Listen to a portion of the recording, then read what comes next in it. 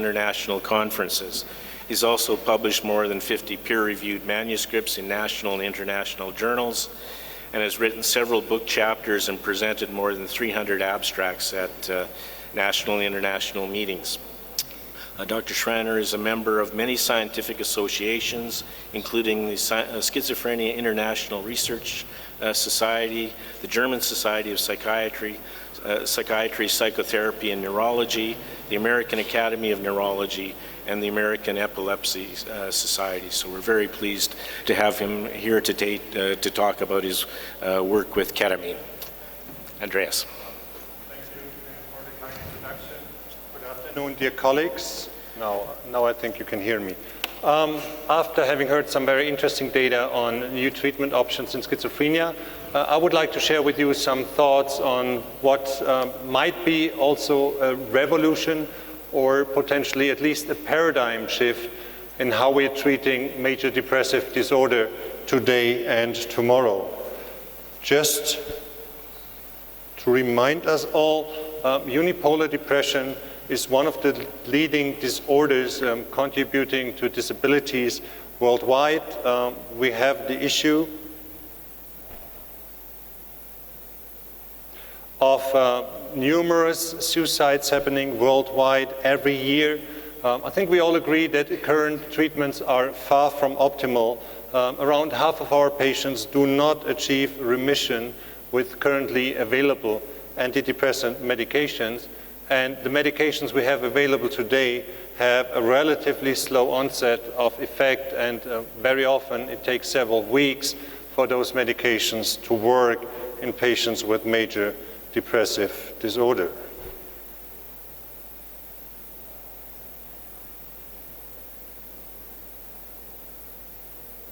Do I need to press the middle button here? Because otherwise nothing happens.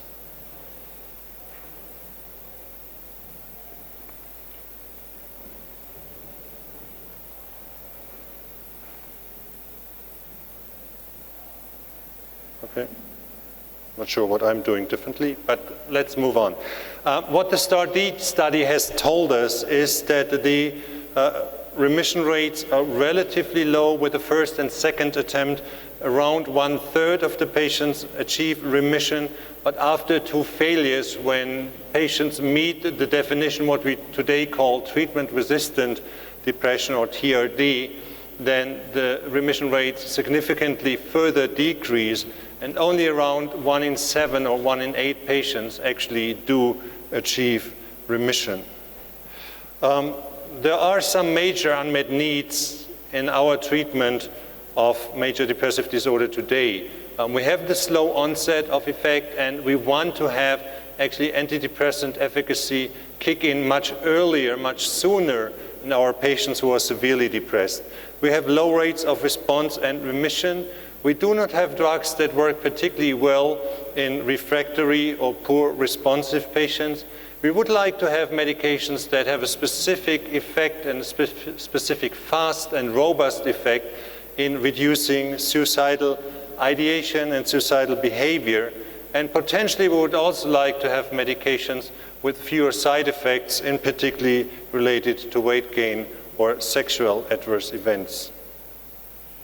How far have we come with this today? I would say, unfortunately, probably not too far. So is there anything we could look at that might make a difference? A potential paradigm-changing approach in treating severe depression being different from what we do today, so treating with a standard antidepressant for several weeks. After several weeks, we get a response, and then our patients are somewhere between response and remission, but many of them are not, might be to take a different approach. Using an NMDA antagonist, which might have a very different onset of effect, like within hours, showing a very different response rate, like 70% response, significant reduction in suicidality, which immediately and effectively treats the acute episode, but then hopefully also would be able to maintain this effect over a prolonged period of time. There have been discussions in the scientific as well as in the lay press about ketamine for depression. One of the questions that was asked, could this be one of the most important advances in the field of psychiatry in the last 50 years? Well, the medical or the scientific question related to this is, if we start regulating synaptic plasticity by directly targeting NMDA and AMPA receptor subunits, would this lead to different outcomes in patients with major depression? In particular, would this lead to a faster onset? Would this lead to a more robust effect? And would this lead to some effect in patients with refractory major depression?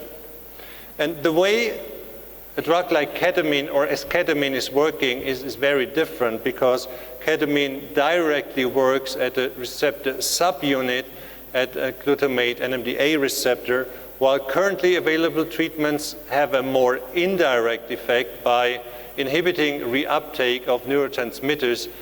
They increase the availability of those neurotransmitters in the synaptic cleft, but they do not have a direct effect on synaptic modulation.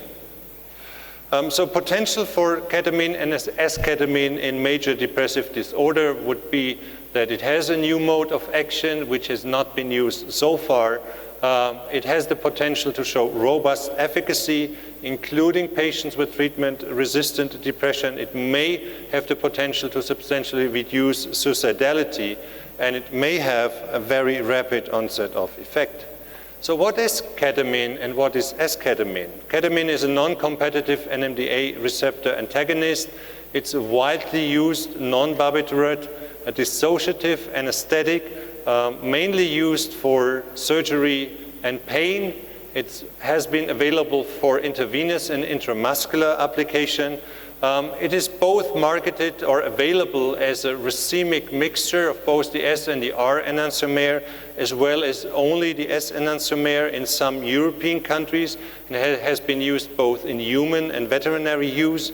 It has psychotomimetic properties. You all know that it has an abuse potential, sometimes being used as a club drug. And in most countries in the world, ketamine is a scheduled drug with some restrictions. Ketamine also has been listed as one of the core medicines by the WHO, meeting the basic needs of some healthcare systems. This is one of the early studies showing, thank you, okay.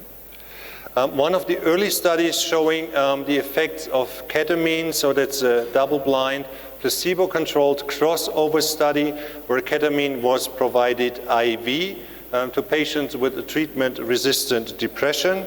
And just to look at the results qualitatively, we see a very robust difference in effect between placebo and ketamine, but we also see a very early onset of effect. So you see that already after less than 2 hours. So this is time in minutes up to here, less than 2 hours. There's already a significant separation from placebo, although there's quite an impressive placebo response, as we see this in many antidepressant studies.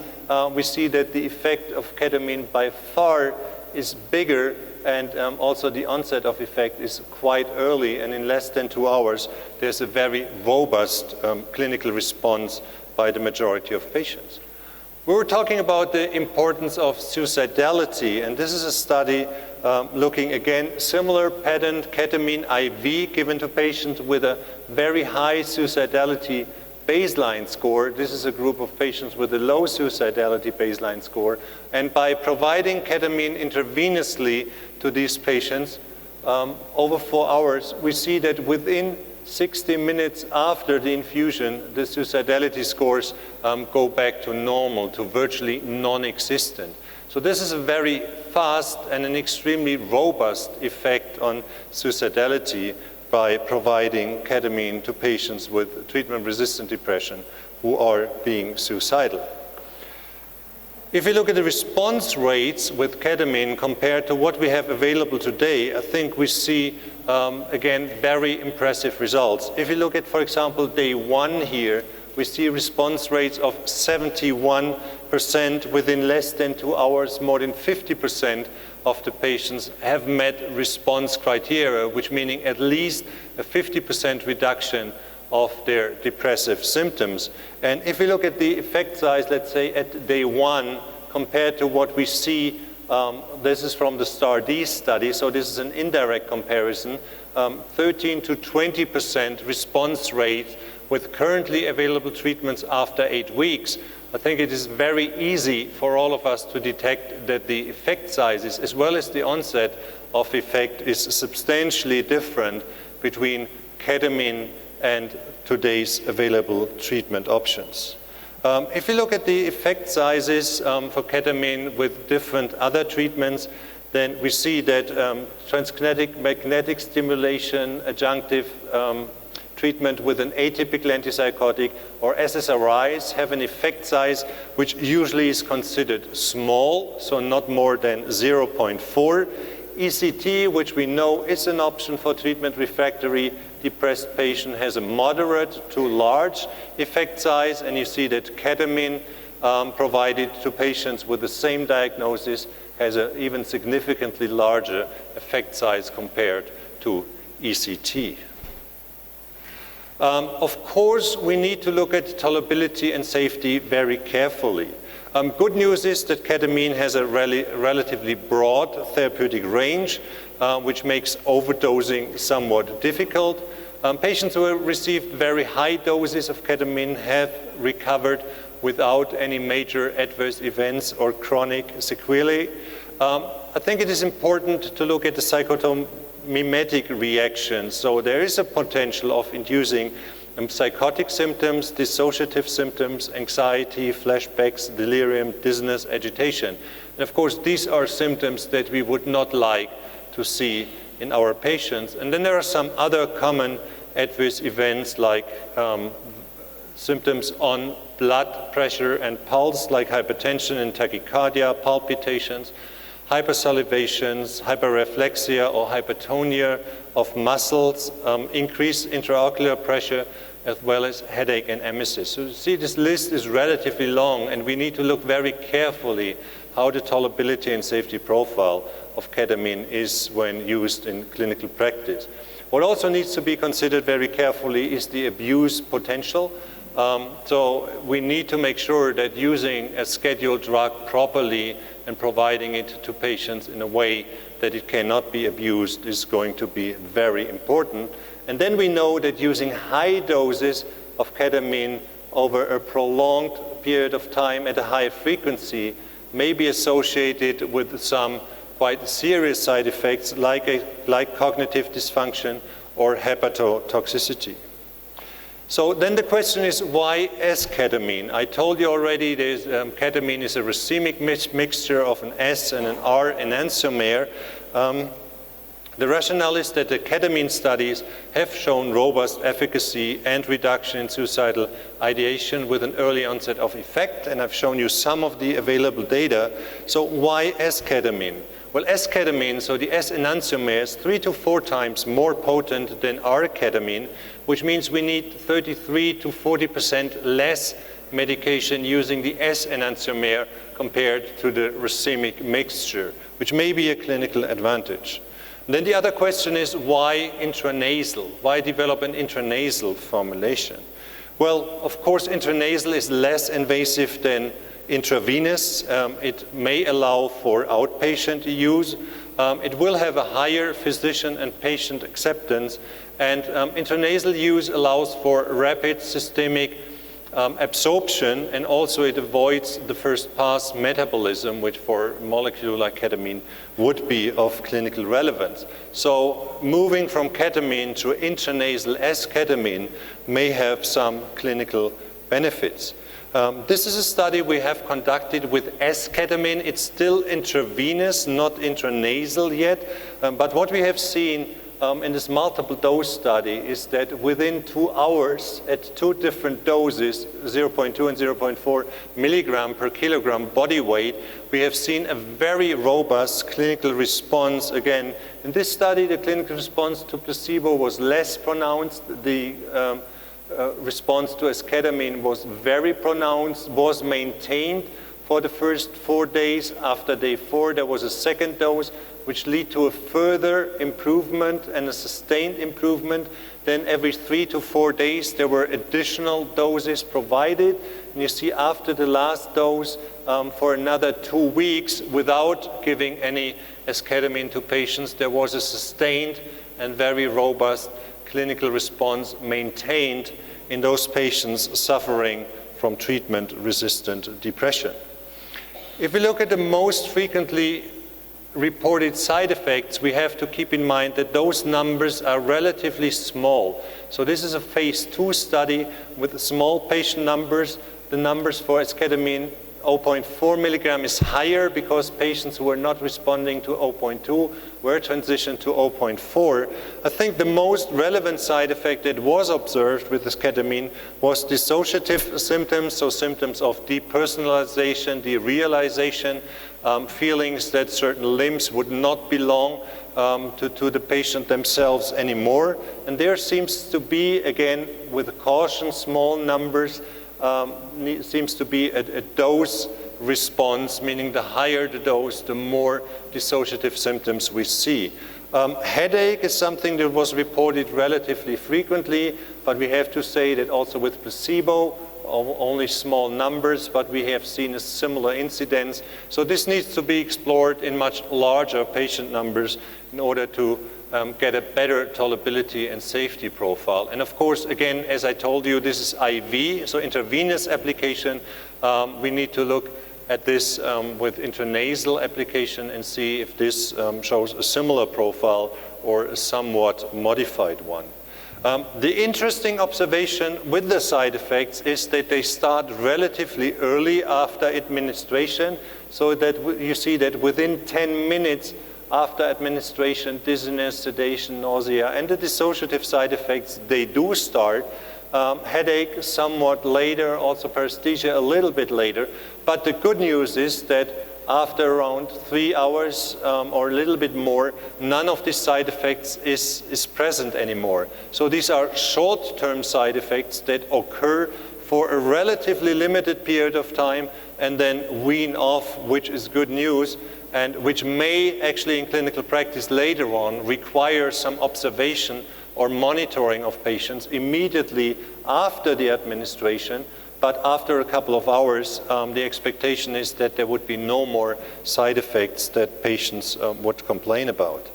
To summarize, I think what ketamine and esketamine particularly can offer when being administered to patients is very high response rates in a relatively short period of time, substantial difference to treatments that we have available today, and also substantial and very fast and robust effects on suicidality in patients with major depression or treatment-resistant depression. One aspect, one very important clinical aspect I haven't touched upon is that in a relatively, let's say, reasonable period of time, the majority of patients, when ketamine is stopped, suffer from a relapse. So around 30 days after stopping ketamine, around 70 to 80% of patients have relapsed, despite receiving standard antidepressant treatment.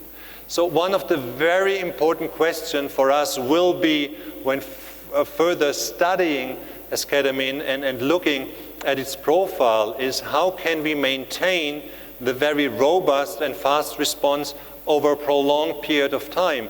Because treating a patient successfully for 30 days by then having the vast majority of patients relapsing with standard treatment, I think is not an option, because this might even worsen the situation for patients who have experienced some significant improvement and then are back into major depression 1 month later. So the idea is to use esketamine in kind of a new treatment model. Again, this is standard treatment that we're looking at today, And the new option would be to use intranasal esketamine to show a very robust response, very high remission rates above 70% within the first 24 hours, even within the first hours. And then when looking at the long-term effect and the maintenance effect, actually look at an opportunity to use esketamine at individualized doses to prevent relapse. So once patients get worse individually, which may take different time points or time periods in different patients, then once patients get worse, reinitiate esketamine at lower frequencies, like once a week or once every 2 weeks. Like we do maintenance ECT, we would do maintenance esketamine treatment to keep patients in remission whenever they show clinical signs and symptoms of worsening. So I think the results that we have up to now are quite promising. I think the effect sizes, the onset of effect that we see are quite revolutionary compared to what we have today. Of course, there are many important questions about dosing, application, safety and tolerability profile that need to be answered, and I think will be answered once we move into larger studies. But I think we can be very hopeful that in a few years from now, we may have a treatment option available that fundamentally changes the outcomes for many patients with major depression or treatment-resistant depression. Thank you very much.